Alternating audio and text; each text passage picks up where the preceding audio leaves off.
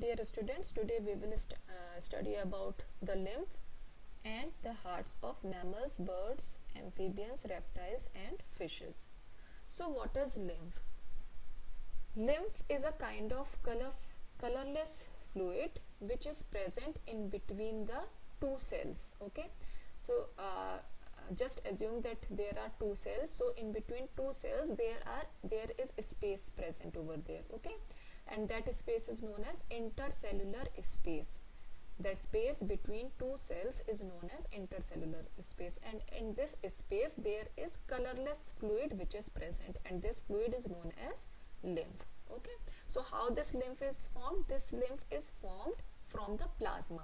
We have studied that blood has four components: RBCs, WBCs, plasma and the platelets. So plasma was one of the component or fluid component of the blood.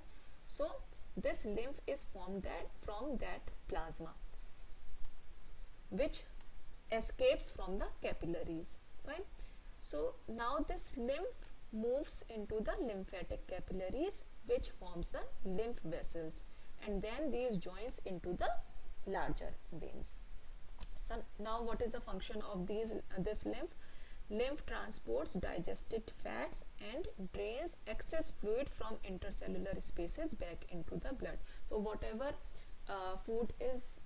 fat is formed in our body, that is transported with the help of the lymph also, and its main function is that if some extra fluid is present in the space between two cells, that is intercellular space, then it drains back that particular fluid into the blood.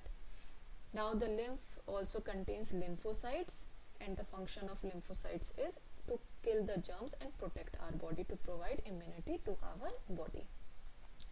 Now let us study about the heart of mammal, birds, amphibians, reptiles and fishes. So first of all, the heart of the mammals. So just now we have studied that the heart in mammals and as well as in case of the birds, it is four-chambered, and both the right and left side of the heart is separated by a septum. And what was the function of that septum? We have discussed it yesterday. Its function was to prevent the mixing of the oxygenated and deoxygenated blood and to provide efficient supply of oxygen. Why this intermixing is prevented? It is required so that more energy, because our body requires more energy to maintain the body temperature.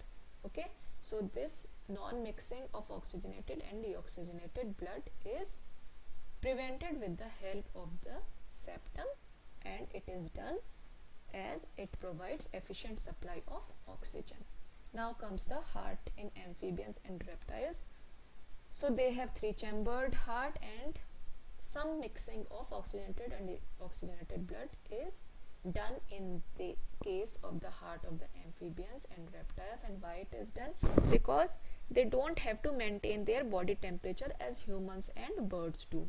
Their temperature is same as that of the surroundings. You must have observed that the reptiles and amphibians, like your home lizards or the snakes or the many amphibians, they hibernate during winters. Okay, and why do they do so? Because they cannot cope up with the changing temperature. They cannot maintain their body temperature as their surroundings, and their body temperature becomes same as that of the surroundings, so they hibernate themselves or they hide themselves.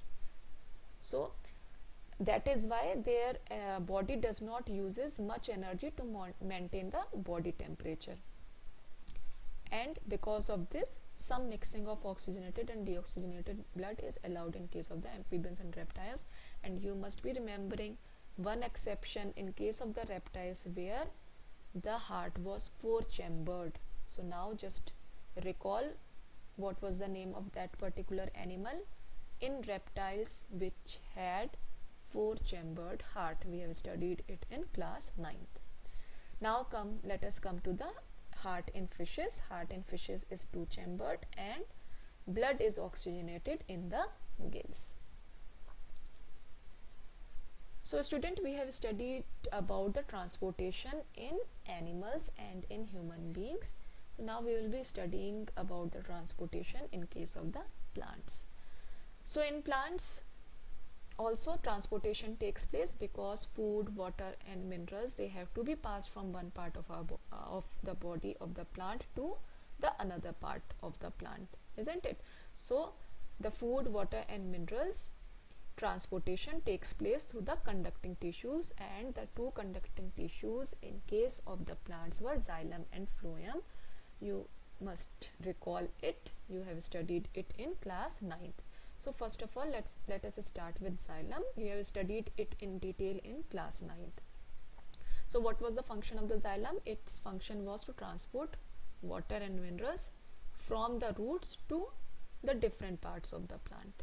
Okay, so it consists of xylem vessels and xylem tracheids. The figure is shown over here. Xylem fibers are there, xylem vessels are there, xylem tracheids are there.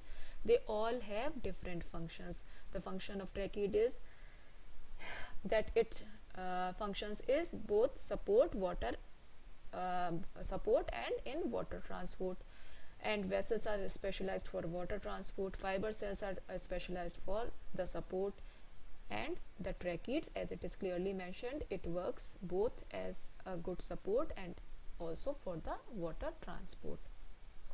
So water and minerals in the body of the plant enters through the roots by the process of diffusion, and then it moves up. The water enters through the roots and then it moves up. How does it moves up? There is a suction force which is responsible for the movement of the water towards the upper side, that is the upward movement of water and minerals. And due to the transpiration, this suction force is formed and it helps in the movement of upward movement of water and minerals. And through the leaves, water evaporates from the leaf surface. Okay, this is very well explained in this diagram. Now let us move to phloem. So what was the function of the phloem? Yes, the function of the phloem was to transport food from the leaves to other parts of the plant, and this whole process was known as translocation. The phloem consists of sieve tubes and companion cells, as you can see over here in this diagram. Food from the leaves is transferred by the phloem with the help of the ATP molecules. This should be phloem, it is mistyped over here. And due to the osmotic pressure, water enters the phloem and helps in the transport of the food. Students, we have studied about xylem and phloem in detail in class 9th also. So we will stop here for today. Thank you very much.